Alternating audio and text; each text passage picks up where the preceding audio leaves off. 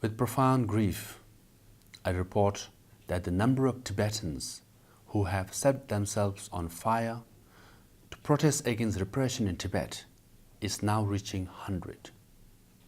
In 2012 alone, 83 Tibetans self-immolated, and 28 of these occurred within the single month of November. Now in the new year of 2013, I am saddened to inform you that 3 Tibetans have set themselves on fire. The most recent self-immolation by Kunjo Kyap, 26 years old, occurred just a few days ago. Given this continuing tragic situation, I request my fellow Tibetans to not celebrate Losar, our Tibetan New Year, with our usual festivities. Instead, when this year's holiday falls on February 11th, I ask you to perform only the customary religious rituals like visiting temples and making offerings. Do wear our traditional robe chuba to display our identity and tradition. Kindly pray for all who have sacrificed their lives and for all who continue to suffer in occupied Tibet. The Central Tibetan Administration continues to appeal to Tibetans to not undertake drastic actions, and still self-immolations persist in Tibet. The universal demands of the Tibetans have been the return of His Holiness the Dalai Lama to Tibet and freedom for Tibetans. This is the aspiration of Tibetans and our sacred duty to support. In our 10th March 2012 statement, we call on all Tibetans and friends to make 2012 a Tibet Lobby year. Due to their dedication, this call has been successful. We have seen resolutions passed in the European Union, France, Italy, and the United States, and statements issued by parliamentarians in Brazil, Japan, and other nations. The CTA expresses deep appreciations to these parliamentarians and to global citizens for their support. We also remain grateful to the United Nations Human Rights Commissioner, Human Rights Watch, Amnesty International, Reporters Without Borders, and Freedom House for their attentiveness to and reports on the deteriorating situation in Tibet.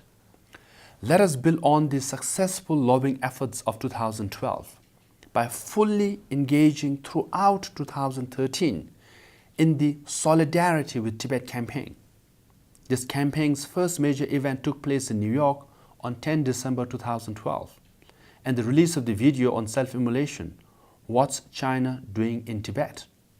Within India, Tibetan parliamentarians are visiting state capitals to appraise and seek support from many prominent Indian leaders. From Wednesday, 30th January to 2nd February 2013, thousands of Tibetans will converge in Delhi, India's capital city, for a series of camping activities.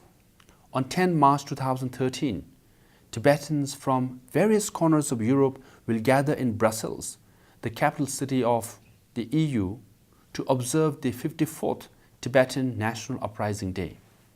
I urge all Tibetan associations, Tibet support groups, international NGOs, people of all faiths, and friends of justice throughout the world to intensify efforts to lobby parliaments and governments. Call on the Chinese government to allow international delegation and media access into Tibet. Reach out to your local and national media and encourage them to write and broadcast about Tibet, what is happening in Tibet. In all endeavors, please continue to conduct our campaign in a peaceful, legal, and dignified manner. I appeal to our Chinese brothers and sisters to join us in supporting the aspirations of the Tibetan people. The CTA remains committed to the middle way approach and to resolve the issue of Tibet peacefully through dialogue. The responsibility as well as the solution for the current crisis in Tibet lies squarely with the Chinese government. To our brothers and sisters in Tibet, we are with you every step of the way. The three principles of unity, innovation, and self-reliance will guide us towards our goal of seeing His Holiness the Dalai Lama return to Tibet and restoring freedom for Tibetans. Thank you.